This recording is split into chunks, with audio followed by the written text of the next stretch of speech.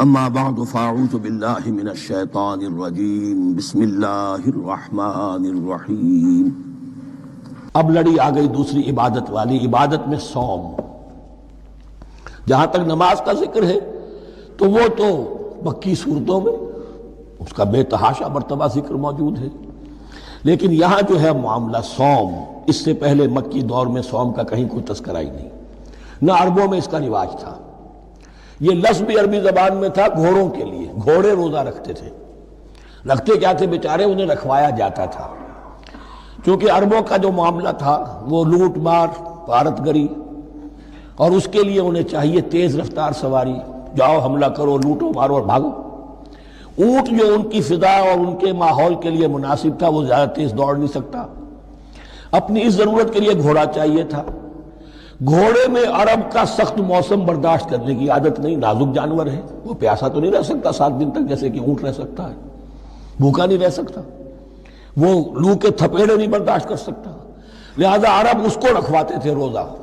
کھانا پینا بند کیا اور اس کے جو ہے منہ کر کے کھڑے ہو گئے جب گرم تیز ہوا چل رہی ہے، خود تو اپنے آپ کو لپیٹ لیا اپنے گھٹنے میں، غترہ کہلاتا ہے وہ جو بھی کپڑا اوپر ہوتا ہے، اور وہ اس گھوڑے کو جو ہے وہ ساری آگ اس پر برس رہی ہے تاکہ اس میں عادت پیدا ہو جائے جھیلنے کی، برداشت کرنے کی۔ تو جنگ کے موقع پر کہیں یہ دغا نہ دے جائے، اگر یہ ہمت ہار گیا تو اس کا تو کیا کیا جائے گا، تو اصل میں سوار ہے جو مارا گیا۔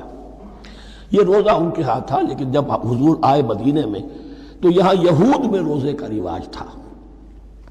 وہ ایک تو عاشورہ کا روزہ رکھتے تھے، اس لیے کہ وہ تاریخ تھی جس میں کہ نجات ملی تھی بنی اسرائیل کو فرعونیوں سے۔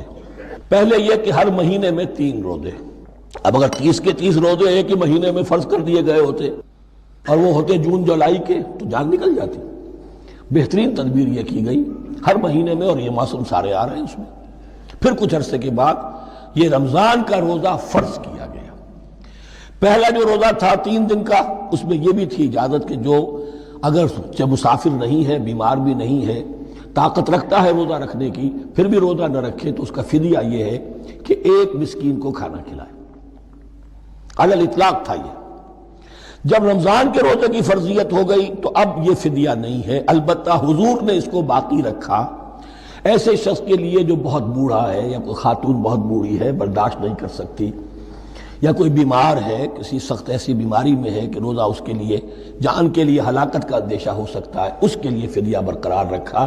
عام طور پر صحت مند شخص جو مسافر بھی نہ ہو اس کے لیے یہ رعایت ختم ہو گئی۔ یہ ہے ان آیات کی تعبیر جس پر میں پہنچا ہوں، اور بہت پہلے پہنچ گیا تھا، لیکن چونکہ اکثر مفسرین نے یہ بات نہیں لکھی ہے تو میں جھجکتا رہا، لیکن بعد میں مجھے معلوم ہوا کہ مولانا انور شاہ کاشمیری رحمۃ اللہ علیہ کی رائے یہی ہے، تو مجھے اعتماد ہو گیا۔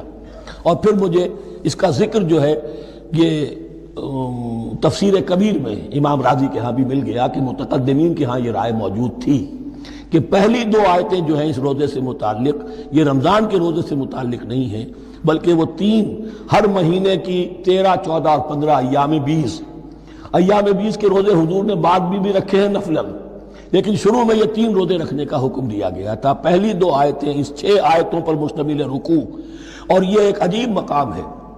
قرآن مجید کے احکام بہت دفعہ ہے، نماز کے احکام قرآن میں بہت دفعہ ہیں، کہیں وضو کا ہے، کہیں تیمم کا ہے، کہیں اور نماز خوف کا ہے، مختلف جگہوں پر، لیکن صوم کی عبادت پر یہ 6 آیات کامل ہیں، مکمل ہیں، اس کی حکمت، اس کی غرض و غایت، اس کے احکام سب کے سب اس میں آ گئے۔ اب پہلی 2 آیتیں کون سی ہیں؟ یا ایھا الذین آمنوا کتب علیکم الصیام کما کتب علی الذین من قبلکم لعلکم تتقون، اے ایمان والو تم پر بھی فرض کیا گیا روزہ رکھنا جیسے کہ فرض کیا گیا تھا تم سے پہلوں پر، تاکہ تمہارے اندر تقوی پیدا ہو جائے۔ وہ جنگ کے لیے کرواتے تھے گھوڑوں کو تیار، تمہیں تقوی کے لیے اپنے آپ کو تیار کرنا ہے، بھوک کو قابو میں رکھ سکو، شہوت کو قابو میں رکھ سکو، پیاس کو برداشت کر سکو۔ اللہ کی راہ میں جنگ کے لیے تمہیں نکلنا ہوگا، اس میں بھوک بھی آئے گی، پیاس بھی آئے گی، اپنے آپ کو تیار کرو جہاد کے لیے۔ اور یہ بات واضح ہو جائے گی، اگلے رکوع سے قتال کی بحث شروع ہو جائے گی۔ روزے کی یہ گفتگو ہو رہی ہے تمہیداً قتال کے لیے، جیسے گھوڑوں کو تیار کیا جاتا تھا، صوم رکھوایا جاتا تھا قتال کے لیے۔ ایام معدودات، گنتی کے چند دن ہیں، یہ گویا کہ ثبوت ہے اس کا کہ یہ 2-3 دن سے زیادہ معدود جو ہے وہ عربی زبان میں 9 سے زیادہ نہیں ہو سکتا. معدودہ جب آئے گا ایام معدودات، یہ جمع جو ہے جمع قلت کہلاتی ہے. معدودات، معدودہ بڑی سے بڑی رقم ہو سکتی ہے لیکن معدودات جمع قلت ہے. گنتی کے چند روز ہیں. فمن کان منکم مریضا، ان میں بھی یہ رعایت ہے کہ جو تم میں سے بیمار ہو او علی سفر یا سفر پر ہو فعدۃ من ایام اخر، تو وہ تعداد پوری کر لے دوسرے دنوں میں. وعلی الذین یطیقونہ، اور جو اس کی طاقت رکھتے ہوں فدیۃ طعام مسکین، وہ فدیہ دے ایک مسکین کا کھانا کھلانا. ان آیات کی تفسیر میں جیسا کہ میں نے عرض کیا مفسرین کے بہت سے اقوال ہیں، اب میں اس کی بحث میں نہیں جا سکتا.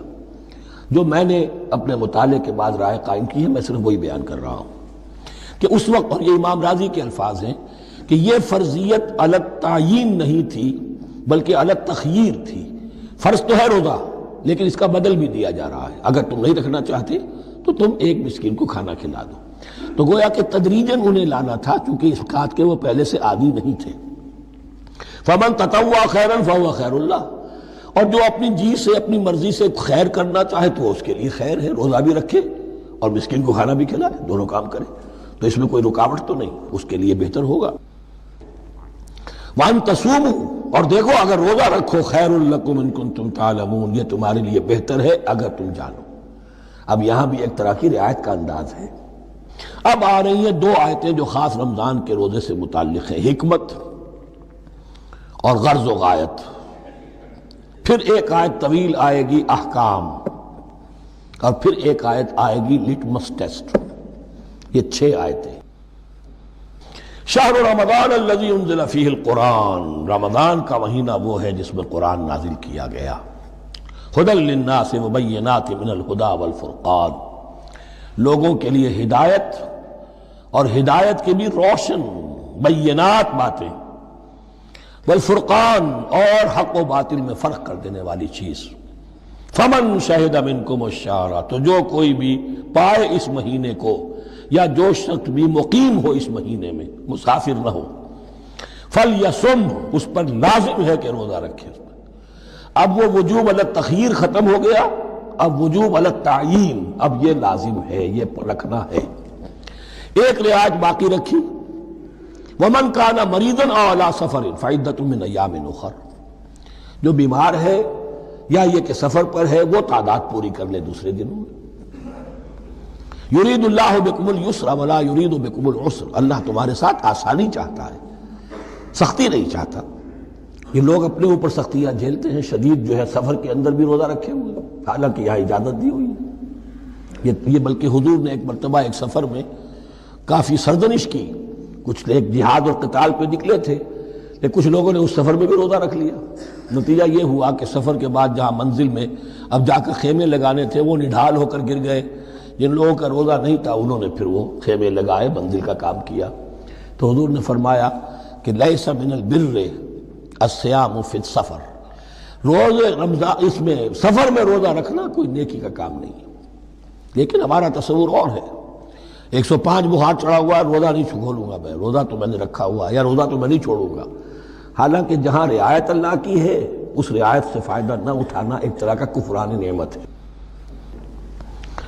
وَلِتُكْمِلُوا الْعِدَّةَ، لیکن تمہیں عدت اور تعداد اب پوری کرنی ہوگی. وہ جو تھی ایک رعایت کہ فدیہ دے کر فارغ ہو جاؤ، وہ نہیں ہے.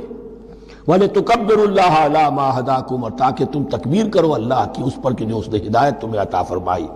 وَلَعَلَّكُمْ تَشْكُرُونَ، اور تاکہ تم شکر کر سکو اس نعمت عظمیٰ کا جو قرآن حکیم کی شکل میں تمہیں دی گئی ہے. اس موضوع پر میرا کتابچہ عظمت صوم اور عظمت صیام و قیام قرآن، اس میں یہ سارے مضامین تفصیل سے آئے ہیں. کیا حکمت ہے، کیا غرض و غایت ہے، کیا مقصد ہے، اور آخری منزل کیا ہے. وَإِذَا سَأَلَكَ عِبَادِي عَنِّي فَإِنِّي قَرِيبٌ. مطلوب تو یہ ہے کہ تمہارا جو یہ جسم حیوانی ہے یہ کچھ کمزور پڑے، روح ربانی جو تم میں پھونکی گئی ہے اسے تقویت حاصل ہو. دن میں روزہ رکھو، اس حیوانی وجود کو ذرا کمزور کرو، دباؤ اس کے تقاضوں کو. رات کو کھڑے ہو جاؤ، اللہ کا کلام سنو اور پڑھو تاکہ تمہاری روح کی آبیاری ہو. اس پر حیات، آب حیات کا ترشح ہو، نتیجہ کیا نکلے گا؟ تمہارے اپنے اندر سے ایک پیاس ابھرے گی۔ وَإِذَا سَأَلَكَ عِبَادِي عَنِّي فَإِنِّي قَرِيبٌ، تقرب الی اللہ کا جذبہ پیدا ہوگا۔ تو اے نبی، جب میرے بندے، ایسے بندے آپ سے میرے بارے میں سوال کریں، ان کو بتا دیجئے میں قریب ہوں، دور نہیں ہوں۔ یہ حقوق انسانی کا میرے نزدیک دنیا میں سب سے بڑا میگنا کارٹا ہے۔ اللہ اور بندے کے درمیان کوئی فصل نہیں ہے، فصل اگر ہے تو تمہاری اپنی خباثت ہے۔ اگر تمہاری نیت میں فساد ہے، حرام خوری تو کرنی ہی کرنی ہے، تو اب کس منہ سے اللہ سے دعا کرو گے؟ پھر جاؤ گے کسی پیر کے پاس، آپ دعا کر دیجئے، یہ نذرانہ حاضر ہے؟ یہ طریقہ کیا ہے؟ انسان کا نفس حائل ہے اور کوئی نہیں، ورنہ ہم تو مائل بے کرم ہیں، کوئی سائل ہی نہیں، راہ دکھنا ہے کسی رہنوی منزل ہی نہیں، کوئی پوپ نہیں، کوئی پنڈت نہیں، کوئی پادری نہیں، کوئی پیر نہیں، کوئی نہیں۔ جب چاہو اللہ سے ہم کلام ہو جاؤ، اس سے بڑا حق کیوں خالق و مخلوق میں حائل رہے پردے؟ پیران کلیسا کو کلیسا سے اٹھا دو، میرا ہر بندہ جب چاہے جہاں چاہے مجھ سے ہم کلام ہو جائے۔ ہاں شرط ہے اس کی، وہ شرط آگے آ رہی ہے۔ اجیب دعوت الداعی اذا دعان، میں تو ہر پکارنے والے کی پکار سنتا ہوں، اور سنتا نہیں، جواب دیتا ہوں، اور صرف جواب نہیں دیتا، قبول کرتا ہوں۔ اجابت میں یہ تینوں چیزیں موجود ہیں۔ اور اذا دعان، جہاں مجھے پکارے جب پکارے، there and then میں موجود ہوں۔ لیکن شرط کیا ہے؟ فَلْيَسْتَجِيبُوا لِي، انہیں بھی تو میرا کہنا ماننا چاہیے۔ یہ یک طرفہ بات نہیں ہوگی۔ فَاذْكُرُونِي أَذْكُرْكُمْ، تم مجھے یاد رکھو گے تو میں تمہیں یاد رکھوں گا۔ یہ دو طرفہ معاملہ ہے۔ تم شکر کرو گے، میں تمہاری قدردانی کروں گا۔ تم میری طرف چل کر آؤ گے، میں بھاگ کر آؤں گا۔ تم بارش برآؤ گے، میں ہاتھ بڑھاؤں گا۔ لیکن تم رخ موڑ لو گے، ہم بھی رخ موڑ لیں گے۔ ہماری تو غرض نہیں ہے، غرض ہے تو تمہاری۔ تم رجوع کرو گے، ہم بھی رجوع کر لیں گے۔ تم توبہ کرو گے، ہم اپنی نظر کرم پھر تمہاری طرف متوجہ کر دیں گے۔ لیکن ہر چیز ان تنصروا اللہ ینصرکم، اللہ کی مدد کرو گے تو اللہ تمہاری مدد کرے گا۔ تمہاری دوستیاں ہو، پینگے بڑھا رہے ہو اللہ کے دشمنوں کے ساتھ، ساز باز ہو اللہ کے دشمنوں کے ساتھ، اور کھڑے ہو جاؤ قنوت نازلہ میں اللہ سے مدد مانگنے کے لیے، تم سے بڑا بے وقوف کون ہوگا؟ پہلے اللہ کی طرف رخ تو کرو، اللہ سے اپنا معاملہ درست کرو۔ ہاں اس میں کوئی یہ شرط نہیں ہے کہ پہلے ولی کامل اس وقت توبہ کرو خلوص نیت سے اور سارے پردے ہٹ جائیں گے، لیکن خلوص نیت کے ساتھ توبہ۔ وَإِذَا سَأَلَكَ عِبَادِي عَنِّي فَإِنِّي قَرِيبٌ أُجِيبُ دَعْوَةَ الدَّاعِ إِذَا دَعَانِ فَلْيَسْتَجِيبُوا لِي وَلْيُؤْمِنُوا بِي لَعَلَّهُمْ يَرْشُدُونَ أُحِلَّ لَكُمْ لَيْلَةَ الصِّيَامِ الرَّفَثُ إِلَىٰ نِسَائِكُمْ۔ اب یہ ہے احکام کی آیت، بڑی طویل ہے، کیونکہ یہود کے ہاں شریعت میں روزہ جو ہے شروع ہو جاتا تھا شام کو ہی، اور رات بھی روزے میں شامل تھی، تو تعلق زن و شو بھی نہیں ہو سکتا، اور کوئی سحری وحری کا تصور نہیں تھا۔ جیسے ہی سوئے رات شروع، روزہ شروع، اب اگلے دن تک غروب آفتاب تک روزہ رہے گا۔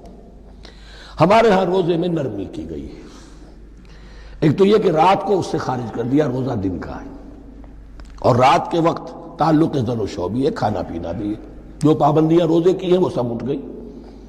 لیکن ہو یہ رہا تھا کہ لوگ سمجھ رہے تھے کہ شاید وہی جو احکام ہیں یہود کے ہاں شاید وہی ہمارے ہاں بھی ہیں، اس لیے وہ ایسا بھی ہوتا تھا اپنے جذبات میں بیویوں سے مقاربت کرتے تھے، لیکن دل میں سمجھتے تھے کہ ہم نے غلط کام کیا ہے۔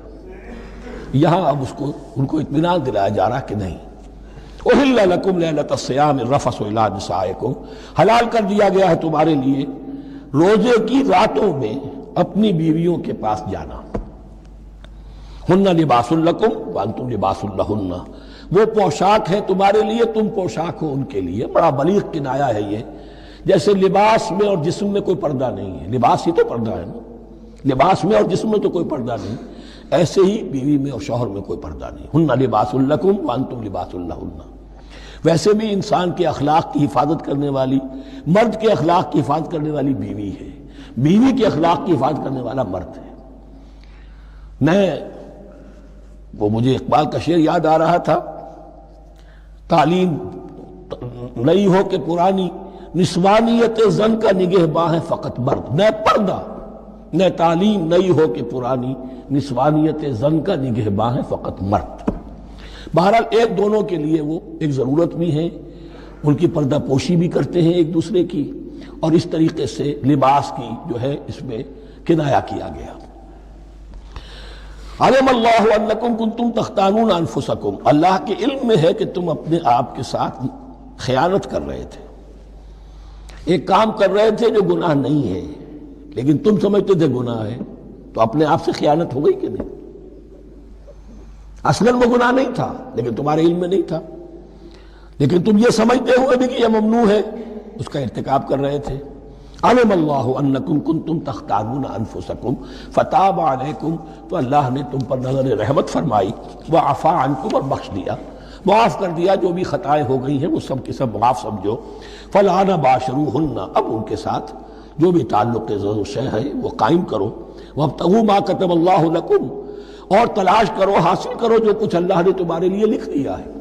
کیا لکھ دیا؟ ایک تو اولاد تعلق ضرور شو میں، اور ایک سکون ہے کہ جو اللہ تعالیٰ نے اس میں رکھا ہے، لِتَسْكُنُوا إِلَيْهَا، قرآن مجید میں یہ الفاظ آئے، ایک تسکین ہے، سکون ہے، اعصاب کا تناؤ جو ہے وہ اس کے بعد جو ہے اس کے اندر ایک سکون کی کیفیت پیدا ہو جاتی ہے۔ اور یہی اس میں حکمت ہے کہ حضور اپنے ہر سفر میں ہم ایک زوجہ محترمہ کو ضرور ساتھ رکھتے تھے، اس لیے کہ قائد کو، سپہ سالار کو کسی وقت بڑی ایسی یعنی پریشان کو صورتحال میں فیصلے کرنے پڑتے ہیں، جذبات پر دباؤ ہوتا ہے اور اعصاب پر دباؤ ہوتا ہے، تو ساتھ اگر کوئی اہلیہ بھی موجود ہو تو اس میں، اور اس کے بہترین مواقع سیرت میں آئے ہیں، وہ پھر کسی وقت میں بیان کروں گا۔ وابتغوا ما كتب الله لكم وكلوا واشربوا حتى يتبين لكم الخيط الابيض من الخيط الاسود من الفجر، اور کھاؤ اور پیو یہاں تک کہ واضح ہو جائے تمہارے لیے سفید دھاری فجر کی سیاہ دھاری سے، یعنی یہ پاؤں پھٹنے کے لیے استعارہ ہے کہ جب سفیدہ نمایاں ہوتا ہے ایک لکیر کی طرح، پاؤں پھٹ گئی، اس وقت تک کھانے پینے کی چھوٹ ہے، سحری جو ہے آپ کر سکتے ہیں، بلکہ کلو واشربو، کھاؤ اور پیو، اور اس کی حدیث میں تاکید آئی ہے، اور یہ بھی فرمایا ہمارے اور یہود کے روزے کے مابین سحری جو ہے وہ فرق ہے، تسحروا فإن فی السحور برکہ، سحری ضرور کیا کرو اس لیے کہ سحری میں برکت ہے۔ ثم اتموا الصیام الی اللیل، پھر رات تک روزے کو پورا کرو۔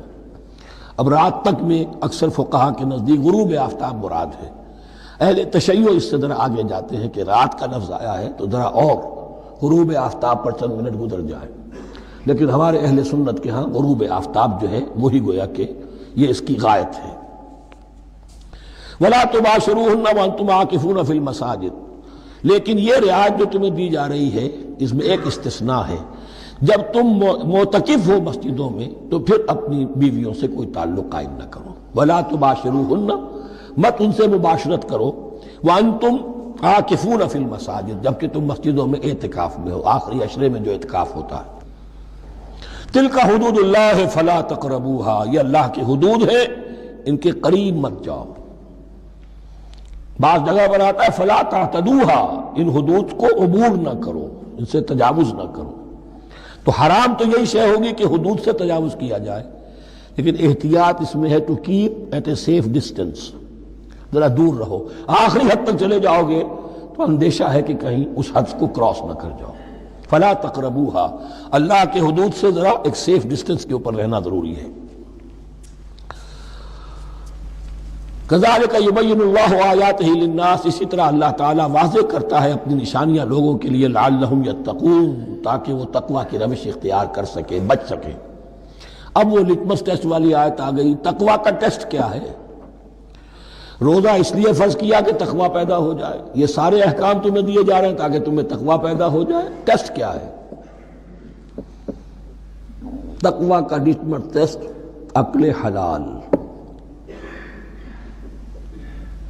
یہ نہیں ہے کوئی نیکی نہیں۔ وَلَا تَأْكُلُوا أَمْوَالَكُمْ بَيْنَكُمْ بِالْبَاطِلِ، اپنے مال آپس میں باطل طریقوں سے ہڑپ نہ کرو۔ فتدلوا بها الى الحکام، اور اپنے مال کو ذریعہ نہ بناؤ حکام تک پہنچنے کا، لتاکلوا فریقا من اموال الناس بالاسم، تاکہ تم لوگوں کے مال کو ہڑپ کر سکو گناہ کے ساتھ، وانتم تعلمون، اور تم اس کو جانتے بوجھتے کر رہے ہو۔ جو شخص اس معیار سے تو اس سے باز آ گیا وہ ہے متقی، یہ لسٹ پر ٹیسٹ ہے، ورنہ نمازوں کی تعداد، روزوں کی تعداد اور حرام کھانا تو تقویٰ نہیں۔ یہ میں حیران ہوتا ہوں کہ اب اس پر کبھی غور نہیں کیا ہے لوگوں نے کہ یہ آیت کہاں سے آ گئی درمیان میں۔ روزے کے احکام اور اس کے بعد قتال کے احکام بھی شروع ہوں گے، حج کے احکام شروع ہوں گے، یہ بیچ میں آیت۔ واقعہ یہ ہے کہ جیسے روزے کی حکمت کا نقطہ عروج کیا ہے، وَإِذَا سَأَلَكَ عِبَادِي عَنِّي فَإِنِّي قَرِيبٌ، روح انسانی میں ایک طلب پیدا ہو جائے تقرب اللہ کی۔ اسی طرح احکام صوم میں جو کلائمیکس ہے وہ یہ ہے، وَلَا تَأْكُلُوا أَمْوَالَكُمْ بَيْنَكُمْ بِالْبَاطِلِ وَتُدْلُوا بِهَا إِلَى الْحُكَّامِ لِتَأْكُلُوا فَرِيقًا مِّنْ أَمْوَالِ النَّاسِ بِالْإِثْمِ وَأَنْتُمْ تَعْلَمُونَ۔